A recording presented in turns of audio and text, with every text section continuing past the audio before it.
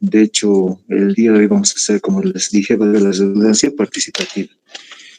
Muy bien, entonces vamos a empezar con lo que es la siguiente cultura. Cabe decir que vamos a llamarnos ya al periodo de la época griega, ¿ya? Y por esto voy a permitirme utilizar este plano que está más o menos simbolizando una cronología de las fechas y los siglos. Como ya les había dicho, siempre vamos a tener en cuenta dos situaciones, una que es antes de Cristo o después de Cristo, ¿no? Son dos diferentes eras que hemos ido atravesando a lo largo de la historia, donde también algunos investigadores lo pueden llamar antes de la era común o después de la era común. En ese sentido, podemos ver que va a depender mucho del criterio y del entendimiento. Desde luego no varía mucho el factor, ¿no? Y vamos a entender también que la época antes de Cristo, más que todo, está dando un panorama descendente en el sentido de que van retrocediendo los años, mientras que después de Cristo está dando un sentido ascendente, porque a partir del año 0 hasta nuestra época van aumentando la cantidad de años y sobre todo tenemos todavía un periodo indefinido donde nosotros seguimos siendo parte de lo que ha sido la historia, tanto en la antigüedad como a medida que han ido pasando las épocas, ¿no? De lo que ha sido la construcción de diversas culturas, países, temas políticos. Y en ese sentido vamos a aclarar esta situación para que se entienda. Hemos hablado de la edad de bronce, hemos hablado de la edad de hierro. También estamos viendo un referente, por ejemplo, en el caso de la cultura minoica o cretense, que data aproximadamente, siempre vamos a hablar de aproximado, ¿no? Desde el año 3000 antes de Cristo hasta el año 1400 antes de Cristo, o también podríamos decir antes de la era común. Mientras que la cultura micénica es desde el 1400 antes de Cristo hasta el 1150 antes de Cristo. Y lo último, la época oscura, es desde 1150 antes de Cristo hasta el siglo VIII antes de Cristo, ¿no? De esa manera estamos un poco delimitando en una cronología, ¿no?, de lo que respecta a los hechos históricos. Lo que se llamaría también las culturas prehelénicas y la edad de los metales, ¿no? En ese sentido vamos a caracterizarlo. Por otra parte, tenemos el periodo arcaico, el periodo clásico, el periodo helenístico.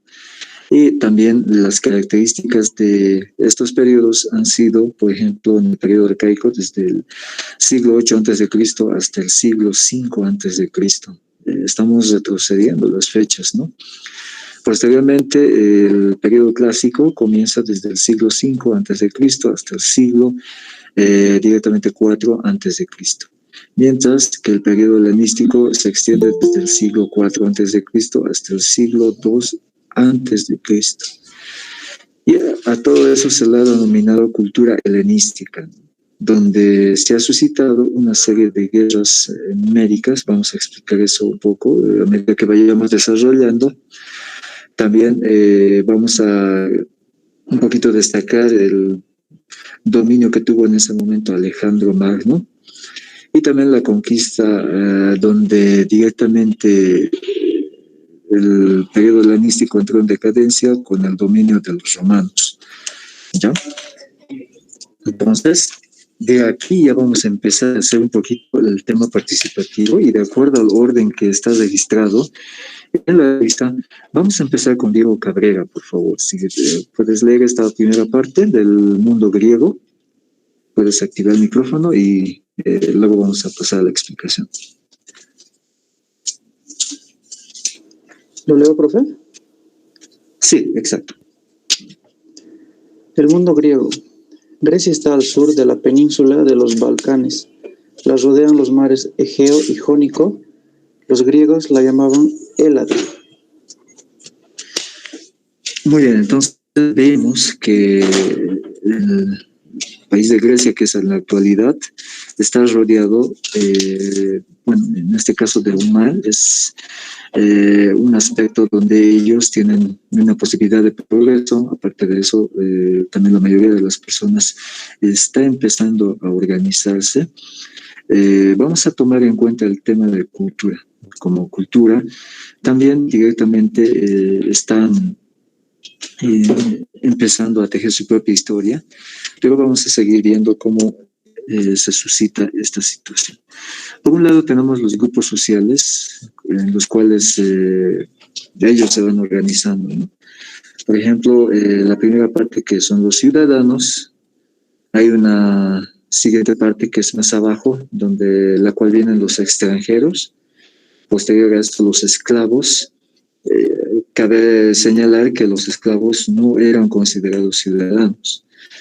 Y también en el caso de las mujeres, más o menos se da un orden jerárquico de vida o de reconocimiento. Entonces vemos un poquito más el patriarcalismo en este sentido. También podemos ver el tema de la esclavitud, que es un tema de boga que en ese entonces imperaba de los países que eran conquistados. Pues, los esclavos tenían que someterse al dominio de los amos. Y por otra parte, los extranjeros, los cuales venían de otros países, ¿no? Muy bien. A quien le toca Diego Mendieta. Vamos a ver en este sentido, si puedes encender tu micrófono, pero vamos a ver las manifestaciones artísticas en Grecia. En el caso de Diego Mendieta, solamente vamos a leer lo que es la parte de la arquitectura. Muy bien.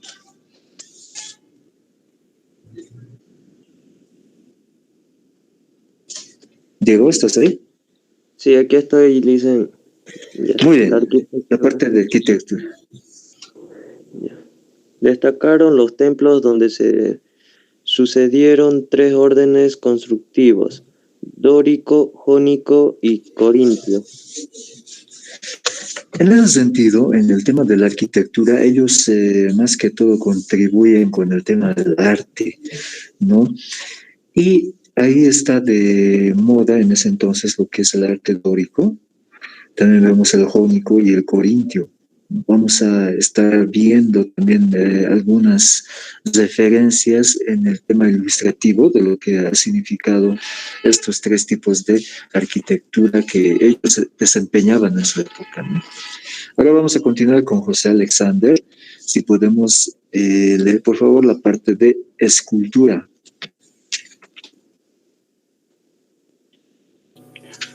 Predominaron la representación del cuerpo humano basado en la armonía de las proposiciones. Muy bien.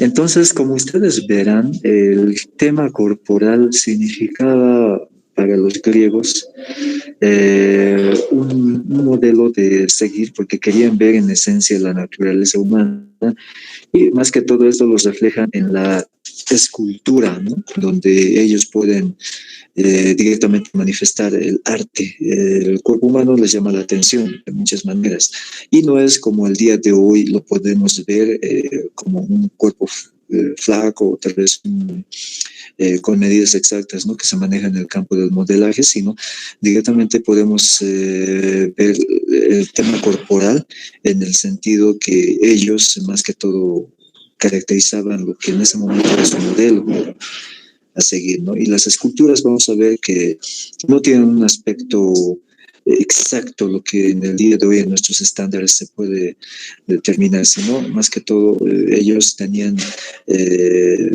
por ejemplo, figuras corporales de personas que eran obesas o que hoy en día los consideraríamos obesas, ¿no? Y en ese entonces estaban empezando a estudiar los primeros rasgos en lo que era la parte física. Muy bien, entonces ya ha participado José. Ahora vamos a ver con David Ibáñez la parte de pintura. Y si es posible, como es muy poquito, la parte de literatura más, ¿ya? Bueno, ok, pintura, ¿no? Pintura y literatura. Pintura. Figuras negras sobre fondo rojo. Literatura. El mito pasó a la literatura, principalmente con la figura de Homero y sus dos grandes obras, la Ilíada y la Odisea. Muy bien, entonces en el tema de pintura, más que todo, ellos ya estaban viendo lo que era la parte del sombreado. También en las obras literarias, más que todo, contribuye Homero con sus dos grandes obras, como es la Ilíada y la Odisea. Ahí podríamos ver que los griegos del todo no estaban directamente vacíos en su cultura, sino que han empezado a contribuir tanto en arquitectura, escultura, pintura y literatura, que eran uno de los principales aportes y se constituiría más a futuro como la base de lo que es el desarrollo tanto cultural como lo que es en el ámbito político. También vamos a ver en qué sentido. Ahora vamos a ir con Clinton, vamos a ver la parte de teatro. También, profe. Teatro. Los principales dramaturgos griegos fueron Esquilo, Sófocles y Eurípides. En tragedia, mientras que en comedia destacaron Aristófanes. De hecho, se cree que en el tema de las tragedias griegas eran representaciones de épocas de guerra que ellos habrían pasado en su momento, ¿no? Y tratan de hacer una recopilación, inclusive tomando la Ilíada y la Odisea, parte de no todo el libro, pero parte de lo que era, en este caso, la Odisea, destacando la travesía que pudo hacer Ulises en su momento, ¿no? Cuando regresa a Ítaca. Entonces, en el tema de la comedia se registran tragedias y también comedias, donde se toman en cuenta directamente la palabra griega hipócrita, que significa actor, ¿no? Y cuando de repente ellos simbolizaban a diversos personajes, entonces los llamaban hipócritas, ¿no? Que en nuestra época se entiende en otro sentido, tal vez para caracterizar a una persona que no está conectada con su realidad y que solamente puede decir algo en palabras, pero para ellos el tema hipócritas representaba a un actor. Y ahora vamos a ver nuevamente con Diego Cabrera la parte de música. Vamos a ver también cómo se ha representado este arte en la época griega, ¿no? La música. Los griegos escribían música con las letras del alfabeto, pero no se sabe cuánto duraba cada nota. Uso de la lira, cítara y tambores. De hecho, según algunos historiadores, están rescatando que en la época griega, para contar la serie de tragedias que habrían pasado y más que todo para contextualizar a la gente de esa época, se cree que agarraban más que todo la cítara y la lira, pero para cantar como verso, lo que habría sido la Ilíada, en el tema de la tragedia que pasó Grecia con Troya, ¿no? Por otra parte, las hazañas de Ulises en la Odisea. Bueno, hay muchas otras tragedias que rescatan, pero en el sentido de cántico, y que hasta el día de hoy se han plasmado directamente en aportes culturales históricos, ¿no? En nuestra época. Ahora vamos a ver un poquito de lo que también significaba el aporte de la filosofía. Si bien hemos dicho, el tema de los griegos ha sido muy importante porque más que todo literaria, filosófica y culturalmente han aportado mucho a lo que ha sido en ese momento el desarrollo de Europa, y hasta el día de hoy todavía sigue en vigencia lo que se trata de estudiar, por ejemplo, en el tema filosófico como base a grandes pensadores. En este caso vamos a ver el tema de Platón, que más o menos data desde el año 427 hasta el año 347. No olvidemos que cuando hablamos antes de Cristo o antes de la era común, cabe recalcar que estamos diciendo que era el tema o descendente, ¿ya? Entonces, todavía estamos remontándonos a la época antigua. Y otra vez vamos a invitar a Diego Mendieta para que podamos hacer la lectura de esta parte. Platón, discípulo de Sócrates. Platón desarrolló la teología de su maestro para entrelazarla con sus novedosos planteamientos metafísicos. Fundador de la Academia de Atenas, enseñó sus teorías éticas, además de la dialéctica y física, donde también aportó grandes conocimientos. A través de estas facetas científicas y filosóficas, Platón pretendía crear hombres mucho más instruidos y capaces de gobernarse a sí mismos. Muy bien, entonces estamos viendo que Sócrates era el maestro de Platón. De hecho, Sócrates era uno de los filósofos de su época que ha contribuido con grandes pensamientos y algunos de ellos fueron recopilados precisamente por Platón. Y vamos a ver en qué sentido. Primero, desarrolla la teología de su maestro. Estamos hablando con el estudio más o menos de la deidad que en ese momento habría caracterizado a los griegos, ¿no? El entendido del famoso Teos, que simbolizaba, en este caso, muchos de los dioses, ¿no? Ellos eran más que todo politeístas. Después de eso, él es un fundador de lo que la academia, por ejemplo, se considera hasta el día de hoy como centros de aprendizaje y mayormente capacitación, que en ese momento todavía no se lo abordaba muy bien, ¿no? Y estaba empezando a ser como una base.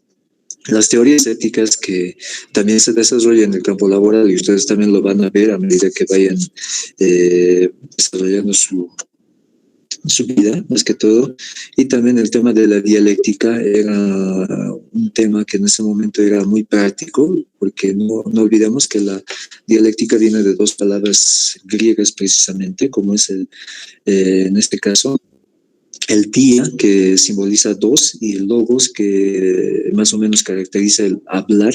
Entonces, si conjuncionamos estas dos palabras o estas dos terminologías en su etimología, vamos a ver que se trata la conversación de dos personas. Y mediante la dialéctica, él puede sacar muchas investigaciones, puede sacar muchos planteamientos y es motivo de desarrollar y profundizar un poco más el pensamiento. Hasta el día de hoy, por lo menos, la dialéctica es muy utilizada y es muy práctica en todo aspecto, ¿no? Ya sea explícita o implícitamente. Después, el desarrollo de la física también ya tiene sus primeros matices a la hora de caracterizar lo que ahora se conoce como las ciencias exactas. En ese sentido, Platón termina contribuyendo con esos aportes. ¿Y qué más podríamos decir? La faceta científica también se caracteriza más en lo filosófico y sobre todo, ¿qué podemos hablar? De que él contribuye en el tema del pensamiento al arte de que el ser humano puede gobernarse a sí mismo. En otras palabras, es un ser pensante, es un ser humano que más que todo profesa sapiencia, y en esa parte vamos a destacar un poco lo que ha significado Platón. Ahora vamos a ver con Sócrates, que precisamente era el maestro de Platón.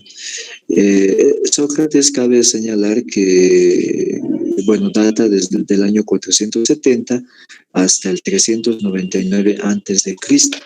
Y esto más o menos nos transportamos, después le sigue Platón, ¿no? Y en ese cuadro vamos a ir ordenando. En este caso tenemos como un puzzle, ¿no? De que vamos a ir armando poco a poco el proceso histórico. Yo voy a invitar, ya leyó Diego Mendieta, entonces ahora José Alexander.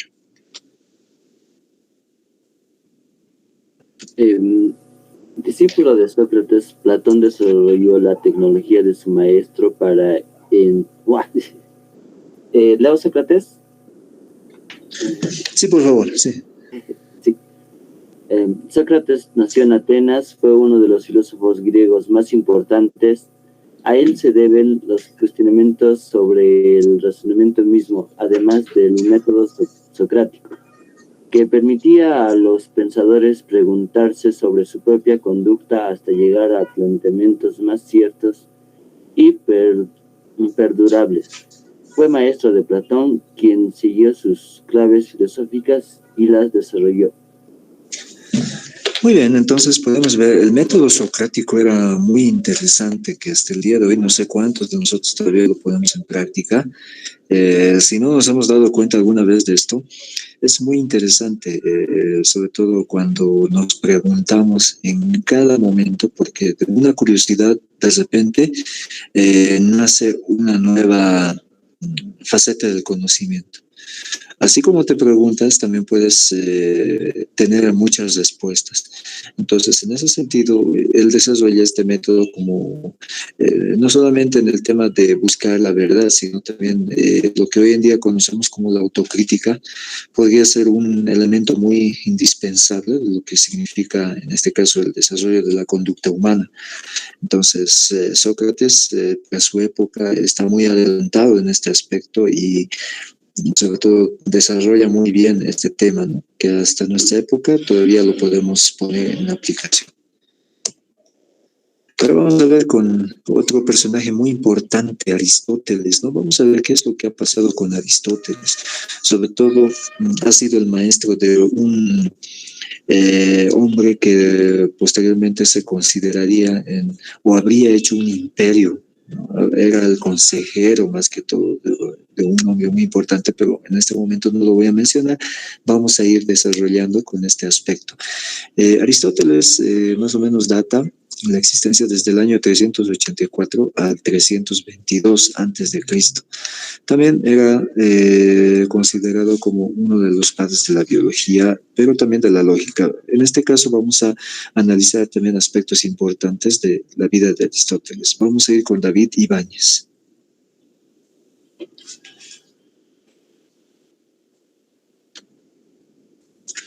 Ingeniero, ¿no está presentando la pantalla? Ya, ahora sí, no sé si se puede ver. No, no se ve nada. Ya, a ver, me dicen si los demás tienen el mismo problema para corroborar, por favor. No se ve la pantalla, dicen. No se ve el Ya. Algo pudo haber pasado, a ver. Entonces, hemos visto Sócrates, pero no, porque ya lo leyó, ahora, ¿qué es algo que no se puede ver? Ahora,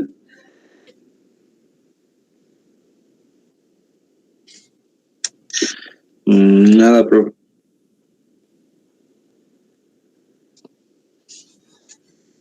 a ver, vamos a ver qué pudo haber pasado.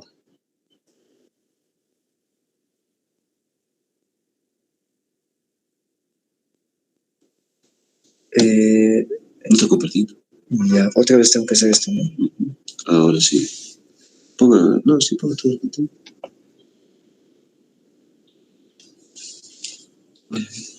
Selecciona. Ponga toda la pantalla completa.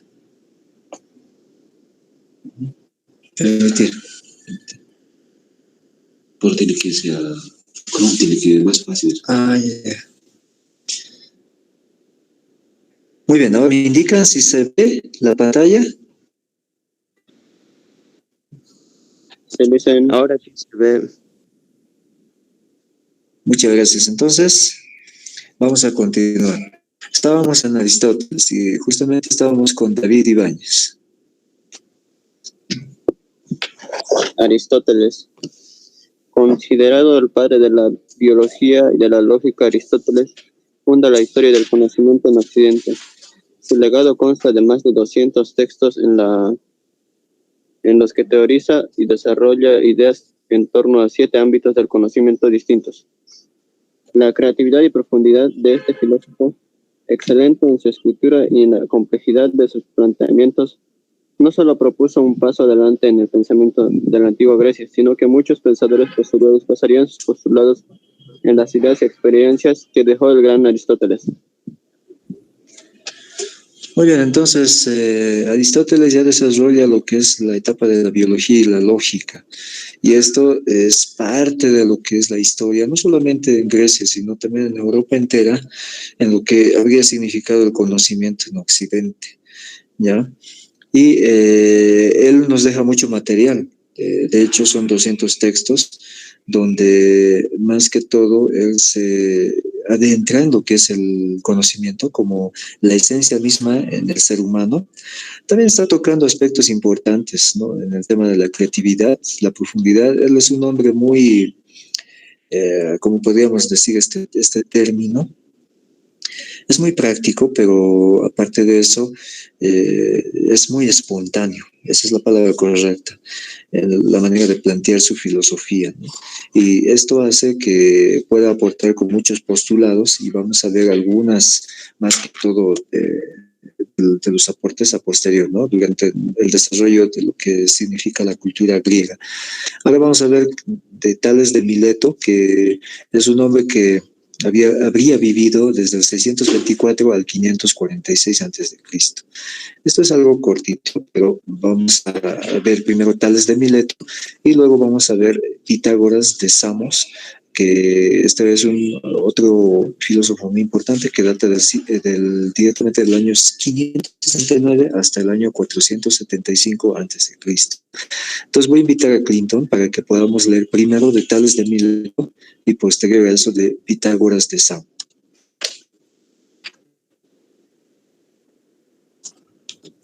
De otros grandes pensadores griegos como Anaxímenes y padre de la filosofía griega antigua. Es antes, ¿no? Se consideraría también un presocrático. Tales de Mileto teorizó acerca de la filosofía natural. Y en cuanto se refiere a Pitágoras, era reconocido como el primer matemático puro de la historia.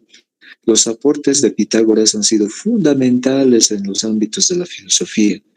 También la geometría, la aritmética, más que todo el conocido teorema de Pitágoras, es todavía hasta nuestra época estudiado en los colegios de primaria y nos explica que en todo triángulo, rectángulo y cuadrado de la hipotenusa es igual a la suma de los cuadrados de los catetos. Entonces, él ha contribuido a las ciencias exactas, no solamente en el ámbito filosófico, sino también ha sido en el ámbito del conocimiento a la hora de desarrollar dichas posturas, ¿no? Ahora sí, ¿me confirman? Si es que ya estamos bien con el tema de la pantalla. Sí, profe, se ve la biografía de Pitágoras. Muy bien, muchas gracias. Entonces, le ha tocado a Clinton. Ahora vamos a ver quién era Hipócrates de Cos, que data del año 460 a.C. hasta el 370. Y si estamos con Clinton, entonces podemos empezar.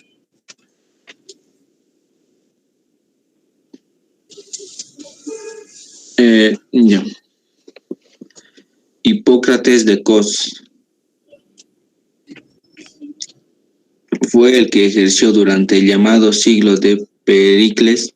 Es considerado una de las figuras más destacadas de la historia de la medicina y muchos autores se refieren a él como el padre de la medicina, en reconocimiento a sus importantes, duraderas contribuciones a esta ciencia como fundador de la escuela que lleva su nombre. Esta escuela intelectual revolucionó la medicina de la antigua Grecia, estableciéndola como una disciplina separada de otros campos con los cuales se la había asociado tradicionalmente, convirtiendo el ejercicio de la medicina en una auténtica profesión. Ya, entonces podemos ver Hipócrates que es no solamente un filósofo, sino que contribuye en gran manera a lo que ha sido el ámbito de la medicina. Sobre todo ya se estaba dando los primeros desarrollos, ¿no? En cuanto se refiere al avance. Más que todo las guerras que sostuvieron en ese momento por un imperio habrían permitido que también la medicina pueda ir desarrollando su campo habitual. Y en este caso, Hipócrates es un ícono en ese sentido, ¿no? También considerado como el padre de la medicina. Y desde luego, esto más que todo lo convierte en un ser que era muy dedicado en su profesión. De ahí que sale el juramento hipocrático en cada país hasta el día de hoy, porque Hipócrates era un hombre muy comprometido con el tema de la salud y trataba de hacer hasta lo imposible porque el paciente pueda estar mejor en el tema de salud y también podamos o puede tener un gran referente, ¿no? A lo largo de la historia. Y muchos de sus discípulos fueron copiando su manera de pensar y tanto su manera de desarrollar y por ende entonces asumen esta cuestión, ¿no? Del ámbito de la medicina. Ahora vamos a ver a Arquímedes. Estamos viendo todavía algunos personajes importantes que marcaron hito en la historia de Grecia. Y esta vez vamos a empezar con Diego Cabrera otra vez.